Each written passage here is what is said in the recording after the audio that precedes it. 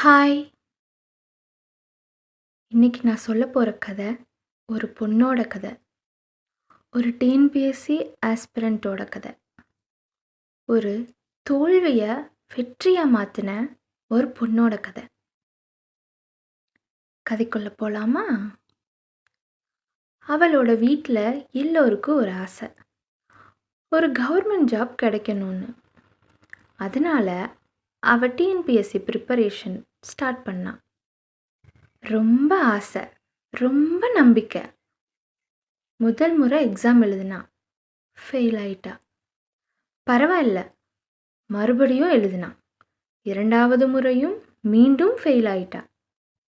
சுற்றி இருந்தவங்க சொன்னாங்க, உனக்கு இது செட் ஆகாது, வேற வேலை போய் பாரு, இப்போ கூட லேட் ஆகலை.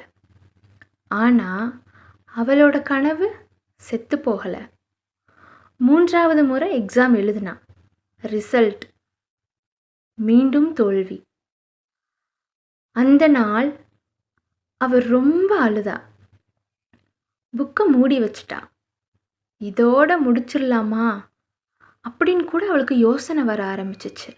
ஆனால் ஒரு விஷயம் அவ மனசில் ஒட்டிக்கிட்டே இருந்துச்சு. நான் இவ்வளோ தூரம் வந்துட்டேன், இப்போ விட்டுடலாமா அப்படின்னு ஒரு கேள்வி அவளுக்குள்ளேயே கேட்க ஆரம்பிச்சிச்சு. அடுத்த நாள் மறுபடியும் புக்கை திறந்தா. மறுபடியும் நோட்ஸ் எடுக்க ஆரம்பிச்சா. மறுபடியும் மாக் டெஸ்ட் எழுத ஆரம்பிச்சா. இந்த முறை பயத்தோட இல்லை, அனுபவத்தோட படித்தா. 4வது முறை ரிசல்ட் வந்துச்சு. அவளோட ரெஜிஸ்டர் நம்பர் செலெக்ஷன் லிஸ்ட்டில் இருந்துச்சு.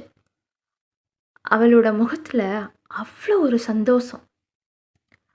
அவங்க அம்மா ஆனந்த கண்ணீரோடு இருந்தாங்க. அவங்க அப்பா அமைதியாக சொன்னார், என்னோட பொண்ணு ஜெயிச்சிட்டான்னு. ஸோ நீங்கள் ஒரு முறை ஃபெயில் ஆகியிருக்கலாம், 2 முறை கூட ஃபெயில் ஆகியிருக்கலாம், ஏன் 3 முறை கூட ஃபெயில் ஆகியிருக்கலாம். ஆனால் நீங்கள் விட்டு கொடுத்தாதான் அது உண்மையான தோல்வி. அதை புரிஞ்சுக்கோங்க. முயற்சி செய்கிறவங்க தோல்வி அடையலாம், ஆனால் விட்டு கொடுக்காத வர வெற்றி நிச்சயம். நம்பிக்கையாக இருங்க. கவர்மெண்ட் ஜாப் உங்கள் பெயரை தேடி வரும். தேங்க்ஸ் ஃபார் வாட்சிங்.